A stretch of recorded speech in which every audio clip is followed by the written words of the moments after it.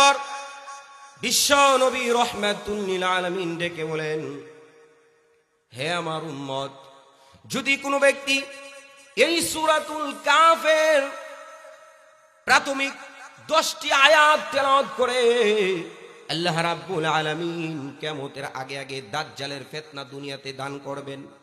আর ওই দুনিয়াতে ওই দাজ্জালের ফিতনা থেকে যেই ব্যক্তি প্রতি জুমার দিন এই সূরা কাফের 10টি আয়াত তেলাওয়াত করবে, আল্লাহ রাব্বুল আলামিন তাকে ওই দাজ্জালের ফিতনা ফাসাদ থেকে আল্লাহ তাআলা হেফাজত করবে। বলেন সুবহানাল্লাহ। প্রিয় হাজিরিন, শুধু তাই নয়, মুসলিম শরীফের হাদিসের ভিতরে ইমাম মুসলিম রাহমাতুল্লাহ আলাইহি বর্ণনা করেন, যেই ব্যক্তি এই সূরা কাফের 10টি আয়াত মুখস্থ করবে, আল্লাহ রাব্বুল আলামিন তাকে এই মহা বিপদ দাজ্জালের ফিতনা থেকে আল্লাহ তাআলা তাকে মাহফুজ করবেন। বলেন সুবহানাল্লাহ। সম্মানিত মুসলমান ভাইরা আমার, চিন্তা করে দেখেন এই সূরা কাফের কত গুরুত্ব, কত ফজিলত। পয়গম্বর আরবি সাল্লাল্লাহু আলাইহি ওয়াসাল্লাম অন্য হাদিসের ভিতরে বলেন, এই সূরা কাফের প্রাথমিক 10টি আয়াত যে ব্যক্তি তেলাওয়াত করবে, আল্লাহ রাব্বুল আলামিন তার আপাত মস্তকে নূর দিয়ে পরিপূর্ণ করে দিবেন। বলেন সুবহানাল্লাহ। বিশ্ব নবী রাহমাতুল লিল আলামিন বলেন, যে ব্যক্তি এই সূরা কাফের পুরা সূরাটা জুমার দিন, শুক্রবার দিন তেলাওয়াত করবে, আল্লাহ রাব্বুল আলামিন তাকে তেলাওয়াতকারীকে এমন একটা নূর দান করবেন যে নূরটা আসমান এবং জমিন চমকিত হয়ে যাবে। সুবহানাল্লাহ। আল্লাহর নবী সাল্লাল্লাহু আলাইহি ওয়াসাল্লামের সাহাবায়ে একরাম, ওনাদের মনের ভিতরে আমলের প্রতিযোগিতা ছিল। শীতের রাত্রিগুলা অনেক লম্বা, এই শীতের রাত্রিতে লম্বা থাকার কারণে আমরা কিছু সময় ঘুমিয়ে গেলে আমাদের ঘুম তৃপ্তি হয়ে যায়। এই কারণে অনেক আল্লাহওয়ালা বুজুর্গানে দিন এমন আছেন যারা শেষ রাত্রিতে উঠে তাহাজ্জুদের নামাজ পড়েন। বলেন সুবহানাল্লাহ। সাহাবায়ে একরামের ভিতরে তাহাজ্জুদের নামাজ পড়ার প্রতিযোগিতা ছিল। মনের মধ্যে বড় স্বপ্ন ছিল যে তাহাজ্জুদের নামাজ যাতে আমরা নিয়মিত পড়তে পারি, কিন্তু সাহাবী বলেন, আমি প্রতিদিন উঠতে পারি না, যেই কারণে আমি তাহাজ্জুদের নামাজ পড়তে পারি না। ওই সাহাবী যখন আব্দুল্লাহ ইবনে মাসউদ রাদিয়াল্লাহু তাআলা আনহুর নিকট বলেন তাহাজ্জুদের নামাজে উঠার জন্য উনার তামান্না, উনার আকাঙ্ক্ষা, তখন ওই সাহাবীর কথা শুনে আব্দুল্লাহ ইবনে আব্বাস রাদিয়াল্লাহু আনহু বলেন, আল্লাহর নবী সাল্লাল্লাহু আলাইহি ওয়াসাল্লাম আমাদেরকে আমল শিক্ষা দিয়েছেন, সূরা কাফের শেষের আয়াত যেই ব্যক্তি তেলাওয়াত করে ঘুমায়, আল্লাহ রাব্বুল আলামিন ওই ব্যক্তিকে যখন সে চাইবে তখন তাকে ঘুম থেকে জাগায় দিবেন। বলেন সুবহানাল্লাহ। সাহাবায়ে একরাম বর্ণনা করেন, এই ফজিলত শোনার পরে আমরা আমলের উপরে পরীক্ষা করেছি, দেখেছি এই আয়াতের উপরে আমল করার পরে দেখেছি আমরা ঠিকই যখন এই আয়াত তেলাওয়াত করে যখন আমরা ঘুমাইতাম, তখন যখন মন চাইতো তখন আমরা উঠতে পারতাম। সুবহানাল্লাহ। আলহামদুলিল্লাহ, সুম্মা আলহামদুলিল্লাহ। আমি অনেকদিন আমলের এই সূরার আমল প্র্যাকটিক্যাল দেখে পাইছি আলহামদুলিল্লাহ। যখন 3টা 4টে যখনের প্রয়োজন বলছি যে 3টের সময় উঠতে চাই, আলহামদুলিল্লাহ এই সূরা পড়ে ঘুমাইছি, 3টের সময় অটোমেটিক আমার ঘুম ভেঙে গেছে আলহামদুলিল্লাহ। এই কারণে প্রিয় হাজিরিন, আমরা তাহাজ্জুদ পড়ব দূরের কথা, অনেক ভাইরা অনেক বোনেরা এমন আছেন যারা 5 ওয়াক্ত নামাজই পড়েন না। কথা বলেন ঠিক কিনা? এই যে আমাদের সামনে আগামীকালকে জুমার দিন আসতেছে, এই জুমার দিন আমরা কিছু মুসলমান এমন আছি 5 ওয়াক্ত তো পড়িও না, এমনকি জুমার নামাজটা পড়ি না, এমন মুসলমান আছে কিনা? চিৎকার মানে বলে রাব্বুল আলামিন ডেকে বলেন, হে ইমানদার, হে মুমিন মুসলমান, তোমরা শুনো, এই দুনিয়াতে আমি যত মানুষ পাঠিয়েছি এবং জিন জাতি পাঠিয়েছি, এই জিন এবং মানুষ এই 2টা জাতিকে আমি মহান মালিক আমার দাসত্ব, আমার গোলামি করার জন্য সৃষ্টি করেছি। এই কারণে আল্লাহ তাআলা আপনাকে আমাকে এই দুনিয়াতে পাঠিয়েছেন মালিকের বন্দেগী করার জন্য।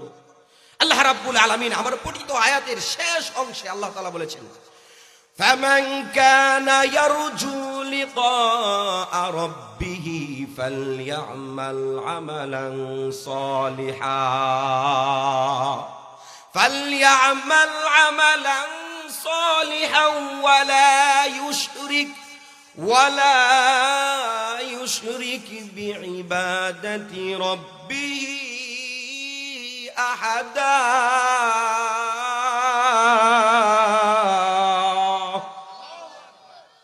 আল্লাহ রাব্বুল আলামিন জানিয়ে দিয়েছেন, যেই ব্যক্তি চায় আমি মালিকের লিকা রব্বি, যেই ব্যক্তি তার মালিকের সাক্ষাৎ চায়। এখানে আমরা যারা উপস্থিত হয়েছি চিৎকার মেনে বলেন কে কে চান মালিককে দেখতে? হাত দুইটা উত্তোলন করে দেখান, আল্লাহু আকবার। এই কারণে মালিকের সন্তুষ্টি, মালিকের রেজামন্দি, মালিকের সাক্ষাৎ মুসলমান, প্রত্যেক মুসলমানের হৃদয়ে যতগুলা চাওয়া আছে এর ভিতরে সবচেয়ে সর্ব উৎকৃষ্ট চাওয়াটা হবে সে তার রবের সাথে মিলিত হওয়া। সুবহানাল্লাহ।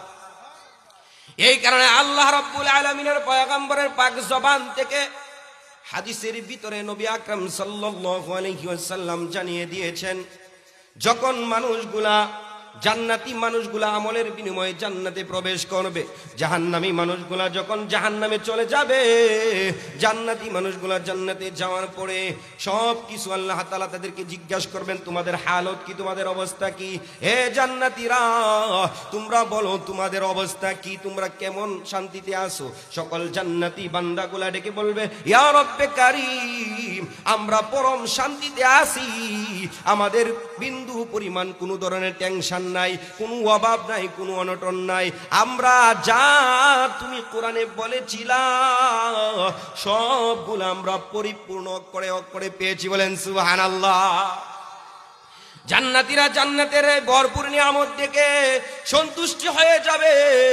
শেষ পর্যায়ে আলেম উলামা আল্লাহ রাব্বুল আলামিনের নিকট ডেকে বলেন, ইয়া রব্বে কারীম, জান্নাতের ভিতরে সবগুলো পেয়েছি কথা ঠিক, কিন্তু একটা জিনিসের অভাব এখনো রয়েছে। আল্লাহ বলবে, ও জান্নাতীরা, এখনো অভাব আছে। কি অভাব আছে? কি এমন জিনিস যেটা এখনো তোমরা পাও না? তখন ওই জান্নাতি উলামা একরাম ডেকে বলবেন, মালিক, ওইটার অভাব হলো তোমার দিদার। সুবহানাল্লাহ। আল্লাহ তোমাকে দেখতে চাই। দুনিয়াতে উলামা একরামের জবান থেকে শুনে, কোরআন পড়ে পড়ে, তোমার হাবিবের হাদিস পড়ে পড়ে, শুনে শুনে তোমার ইবাদত করেছিলাম, আজকে জান্নাত পেয়েছি, খুশি হয়ে গেছি। তবে মালিক তোমাকে কোনো দেখি নাই, আমাদের এই দিলটা কোনো শান্তি হয় নাই, প্রশান্তি হয় না। মালিক, তোমাকে একটা নজর দেখতে চাই, আমাদের সামনে তুমি দেখা দাও। সুবহানাল্লাহ। আল্লাহ তাআলা ডেকে বলবেন, না না ও জান্নাতীরা, এটা কেমনে সম্ভব? এটা কোনোভাবে সম্ভব না। আবার যখন ওই জান্নাতি উলামা একরাম ডেকে বলেন, মালিক, জান্নাতের ভিতরে কিছু অসম্ভব কাজ আছে, এমন কোন শব্দ তুমি বলো নাই। আল্লাহ, তাহলে কি জন্য তোমার দিদার দিবা না? আল্লাহ, তুমি তো বলেছো তোমার সাক্ষাৎ তুমি জান্নাতে দিবা। তখন আল্লাহ রাব্বুল আলামিন জান্নাতীদের আবেদনগুলা মঞ্জুর করবেন, কবুল করবেন। ফেরেশতাদেরকে বলবেন, ও আমার ফেরেশতারা, তোমরা আমি আল্লাহর নূরের পর্দাগুলা উঠায়া দাও, আমি আমার বান্দা বান্দীদেরকে একটা নজর দেখা দিতে চাই। আল্লাহ রাব্বুল আলামিন তখন জান্নাতীদের সামনে আল্লাহ তাআলার কুদরতি নূরগুলা প্রকাশ হয়ে যাবে।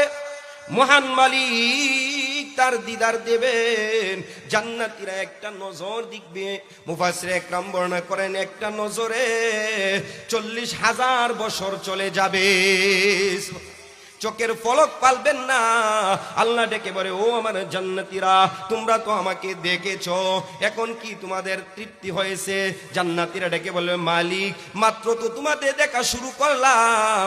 আল্লাহ বলবে, ও জান্নাতীরা, মাত্র শুরু করছো? না না না, তোমরা যে আমাকে দেখতেছো, এই সময়টার দুনিয়ার হিসাব হলো 50,000 বছর, 40,000 বছর পার হয়ে গেছে। সুবহানাল্লাহ। এই কারণে যেই ব্যক্তি আল্লাহ রাব্বুল আলামিন বলেন, যেই ব্যক্তি ফামান কানা ইয়ারজু লিকা রাব্বিহি ফালইআমাল আমালান সলিহা, যেই ব্যক্তি চায় যে তার মালিকের দিদার, ফালইআমাল আমালান সলিহা, সে যেন নেক আমল করে। কি আমল করে বলেন? নেক আমল করে। আল্লাহ তাআলা জানিয়ে দিয়েছেন নেক আমল করতে হবে। আমার তেলাওয়াতকৃত প্রথমে আয়াতের ভিতরে আল্লাহ তাআলা বলেন, ইন্নাল্লাযীনা আমানু ওয়া আমিলুস সলিহাতি কানাত লাহুম জান্নাতুল ফিরদাউসি নুজুলা খালিদিনা ফিহা লা ইয়াবগুনা আনহা হিওয়ালা।